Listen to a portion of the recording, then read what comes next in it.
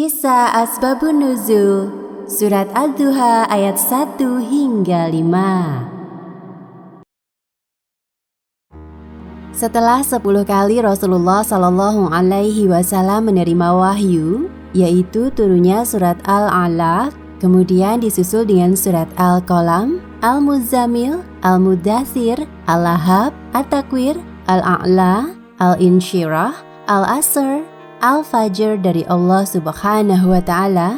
Kemudian terjadi masa di mana wahyu terputus beberapa waktu. Pada tahun keempat kenabian, wahyu sempat terputus cukup lama. Masa kekosongan wahyu ini dikenal dengan istilah Fatratul Wahyi. Nabi Muhammad SAW merasa gelisah karena hal tersebut. Beberapa kali beliau pergi ke Gua Hiro, namun belum nampak tanda-tanda turunnya wahyu dari Allah Subhanahu wa Ta'ala. Meski demikian, Rasulullah SAW tak lantas putus asa. Beliau terus datang ke Gua Hiro selama beberapa kali. Beliau merindukan kedekatan dengan Allah Subhanahu wa Ta'ala lewat wahyu yang diturunkannya melalui perantara malaikat Jibril. Bahkan Nabi Muhammad SAW sempat jatuh sakit sehingga tidak bisa melaksanakan sholat malam selama 1 atau 2 malam karena memikirkan hal ini. Dan hati beliau gelisah mengapa wahyu tidak lagi turun. Khadijah, istri Rasulullah, selalu setia menemani dan menenangkan hati Rasul. Khadijah meyakinkan bahwa Allah tidak akan meninggalkan Nabi Muhammad SAW dan selalu memberi semangat agar tidak putus asa dalam menunggu wahyu selanjutnya. Kaum kafir Quraisy yang memperhatikan bahwa Rasulullah SAW sedang dilanda kegelisahan merasa kegirangan. Kesempatan ini mereka gunakan untuk mengejek beliau. Mereka menyebarkan isu bahwa Muhammad telah ditinggalkan oleh Tuhannya. Suatu hari seorang wanita Quraisy mendatangi Rasulullah SAW dan mengejek bahwa Allah Subhanahu wa Ta'ala telah meninggalkan beliau. Hei Muhammad, sungguh kasihan sekali engkau. Temanmu benar-benar telah meninggalkanmu. Teman yang dimaksud wanita Quraisy tersebut adalah malaikat Jibril. Ketidakdatangan Jibril untuk menemui Rasulullah SAW selama berbulan-bulan membuat Rasulullah SAW sedih dan gelisah. Di kota Mekah, orang-orang kafir mulai membicarakan hal serupa dengan yang dikatakan wanita tersebut. Dia telah meninggalkan Muhammad. Iya benar, sudah lama Muhammad tidak bertemu dengan setannya itu sampai jatuh sakit. Ummu Jamil, istri dari Abu Lahab, kemudian mendatangi Nabi dan ikut-ikutan mengejek keponakannya. Ya Muhammad, menurut pendapatku, temanmu telah meninggalkanmu. Sudahlah, lebih baik kamu mengikuti nenek moyang kita. Semua ejekan dari kaum musyrikin yang ditujukan kepada Rasulullah SAW membuat beliau semakin sedih. Masa Fatratul Wahyi ini akhirnya selesai dengan turunnya wahyu surat Ad-Duha ayat 1 hingga 5. Ayat-ayat ini menepis tuduhan kaum musyrikin bahwa Allah meninggalkan nabinya. Bismillahirrahmanirrahim. Wadduha wal-laili idza saja. Ma wadda'aka rabbuka wa ma qala. Walal akhiratu khairul laka minal ula. Walasawfa yu'tika rabbuka fatarda. Yang artinya, demi waktu matahari sepenggalahan naik, dan demi malam apabila telah sunyi gelap, Rabb-mu tiada meninggalkan kamu dan tiada pula benci kepadamu. Dan sesungguhnya hari akhir itu lebih baik bagimu daripada yang sekarang, permulaan. Dan kelak Rabb-mu pasti memberikan karunia-Nya kepadamu, lalu hati kamu menjadi puas. Surat Ad-Duha terdapat pada juz ke-30 dengan 11 ayat. Surat Ad-Duha ini termasuk pada surat Makkiyah karena turunnya di kota Mekah.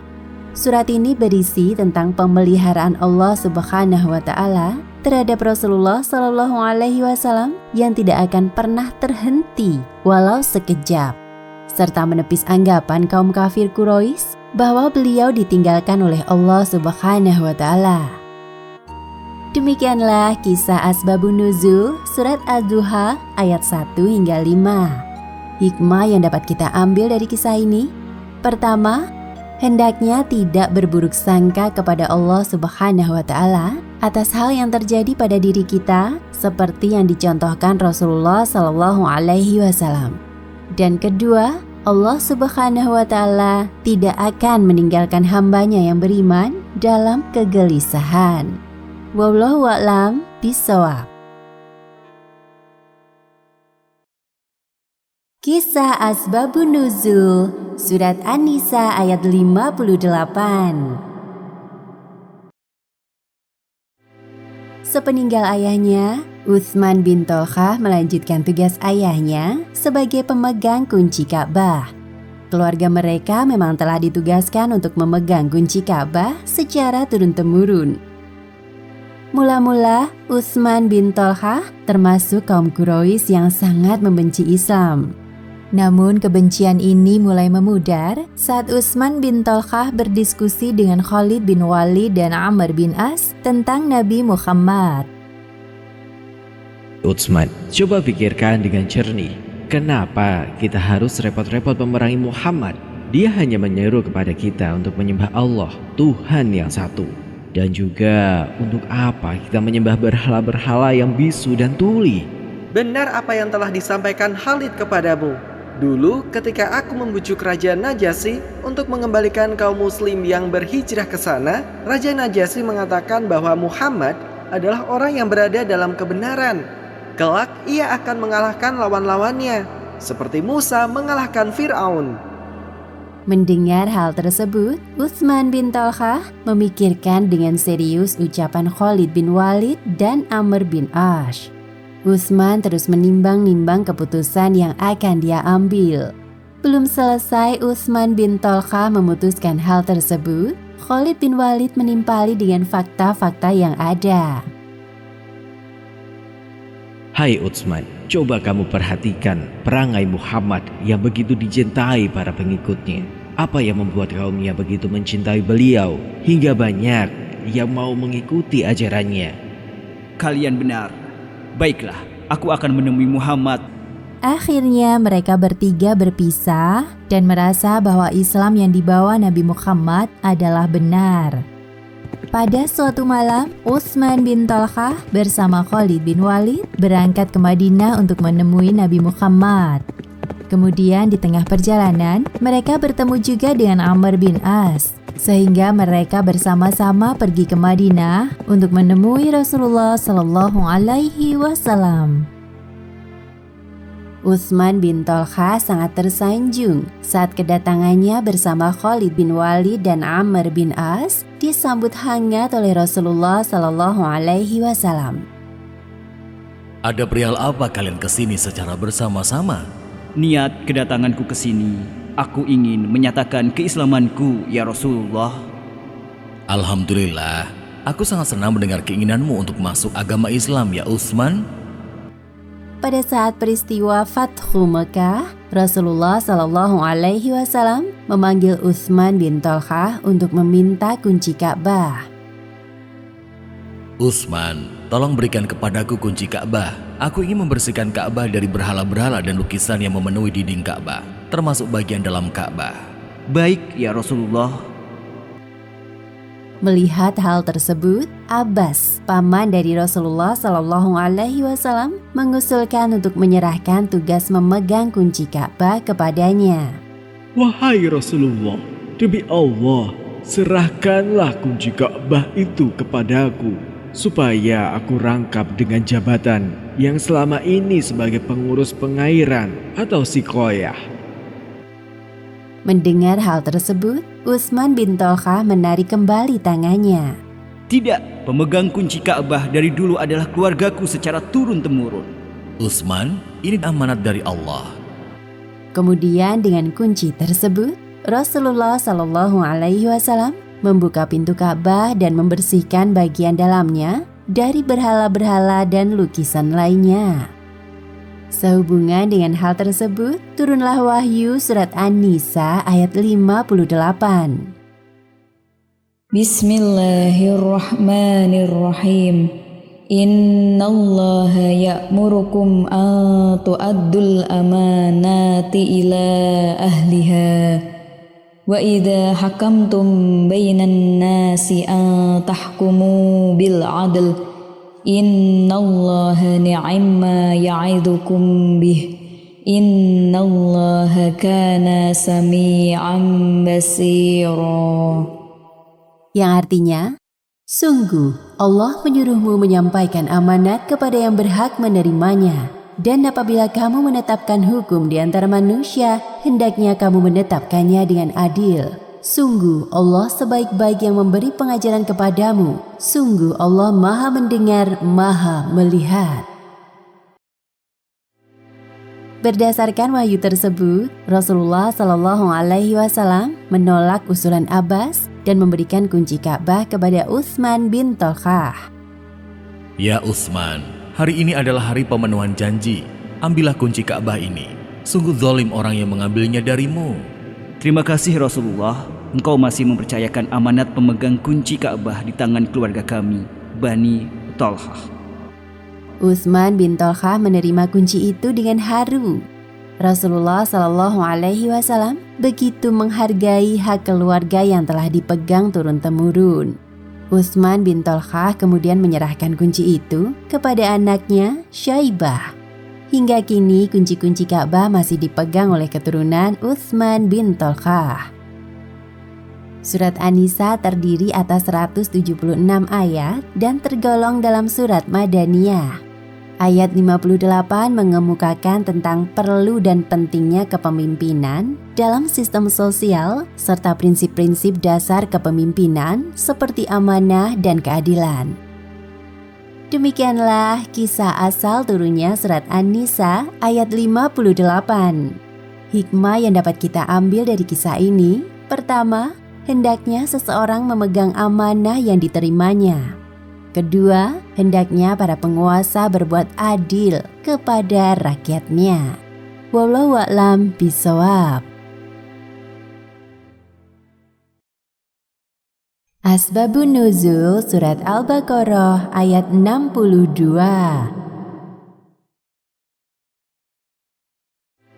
Salman Al-Farisi adalah sahabat Nabi yang berasal dari Persia.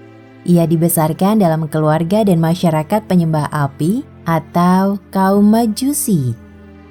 Suatu hari Salman menyaksikan hujan lebat mengguyur api abadi yang disembah kaumnya. Salman mulai gundah melihat kenyataan itu. Api itu tidak berdaya tersiram hujan. Lihatlah saudaraku, api itu mati tersiram air hujan. Lalu bagaimana ia bisa menyelamatkan kita? Apa yang kamu bicarakan, Salman? Hati-hati dengan ucapanmu. Kamu bisa dianggap berkhianat kepada kaum kita. Salman merasa ada yang salah dengan api yang disembah kaumnya selama ini. Karena hal tersebut, lantas ia meninggalkan desanya. Ia berkelana mencari jawaban siapakah Tuhan yang sebenarnya. Setelah sekian lama bepergian, tibalah Salman di sebuah kota di negeri Syam. Di sana ia bertemu dengan seorang pendeta. Salman ditanya oleh pendeta perihal tujuannya datang ke negeri Syam. Hai anak muda, apa tujuanmu datang kemari? Aku ingin mencari Tuhanku, wahai pendeta. Lantas, siapa yang selama ini kamu sembah? Aku dulunya kaum Majusi yang menyembah api. Akan tetapi, karena aku menyaksikan sesuatu yang menurutku tidak benar, lalu aku memutuskan untuk meninggalkan desaku. Hal apa yang tidak benar sehingga kamu rela untuk meninggalkan desamu? Suatu ketika ada hujan lebat di desaku. Di situ aku melihat bahwa hujan tersebut mampu memadamkan api yang kami sembah. Karena hal itu, aku mulai ragu dengan Tuhan yang aku sembah. Tidak mungkin Tuhanku akan padam hanya karena sebuah guyuran hujan. Kemudian Salman mulai berguru kepada pendeta tersebut. Sampai suatu hari, pendeta tersebut tertimpa sakit. Lambat laun keadaannya mulai melemah. Salman Al-Farisi merasa sedih. Semakin hari keadaan sang pendeta tak kunjung membaik.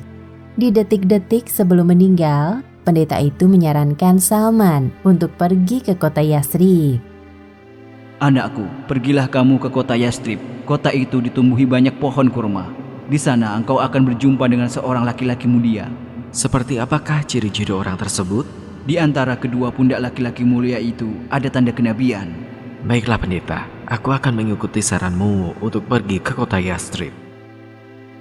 Sepeninggal sang pendeta, Salman kembali berkelana menuju kota Yathrib. Dalam perjalanan, ia ditangkap oleh sekumpulan orang kabilah dan menjualnya sebagai budak kepada seorang Yahudi. Di sana, Salman diharuskan mengurus kebun kurma milik majikannya. Selama bekerja sebagai budak, Salman sering mendengar perbincangan orang-orang tentang Rasulullah SAW. Perangainya sangat santun dan terpuji. Mendengar hal tersebut, Salman ingin sekali bisa bertemu dengan lelaki mulia tersebut. Tahukah kamu, kemarin aku berjumpa dengan seorang yang begitu santun perangainya.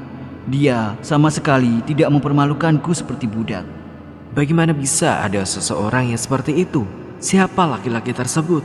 Orang-orang memanggilnya Muhammad. Muhammad, aku juga pernah berjumpa dengannya. Benar apa yang telah kau sampaikan. Dia begitu terpuji akhlaknya. Suatu ketika, Salman berkesempatan bertemu dengan Nabi Muhammad SAW. Salman memberinya kurma. Tuan, aku mempunyai hadiah untukmu. Terimalah kurma dariku ini. Terima kasih saudaraku. Kurma pemberianmu ini akan aku bagi-bagikan juga kepada sahabat-sahabatku. Suatu hari, seorang sahabat Rasulullah SAW meninggal dunia. Rasulullah SAW dan Salman turut hadir dalam pemakamannya. Rupanya Allah berkehendak menjawab jerih payah Salman yang tengah mencari hidayah. Tiba-tiba selendang yang dipakai Rasulullah SAW terjatuh. Tersingkaplah cap kenabian seperti digambarkan sang pendeta. Hari itu juga Salman langsung menghampiri Rasulullah SAW. Ya Muhammad, aku bersaksi bahwa tiada Tuhan selain Allah, dan aku bersaksi engkau adalah utusannya. Allahu Akbar. Aku bahagia kamu akhirnya menjadi seorang muslim. Setelah menjadi muslim, Salman menebus dirinya kepada majikannya sehingga ia pun merdeka. Salman berhati lembut. Ia sangat merisaukan teman-temannya yang belum memeluk Islam. Ya Rasulullah, bagaimanakah nasib teman-temanku yang belum memeluk Islam? Mereka berada di neraka. Semoga Allah memberikan hidayah kepada mereka.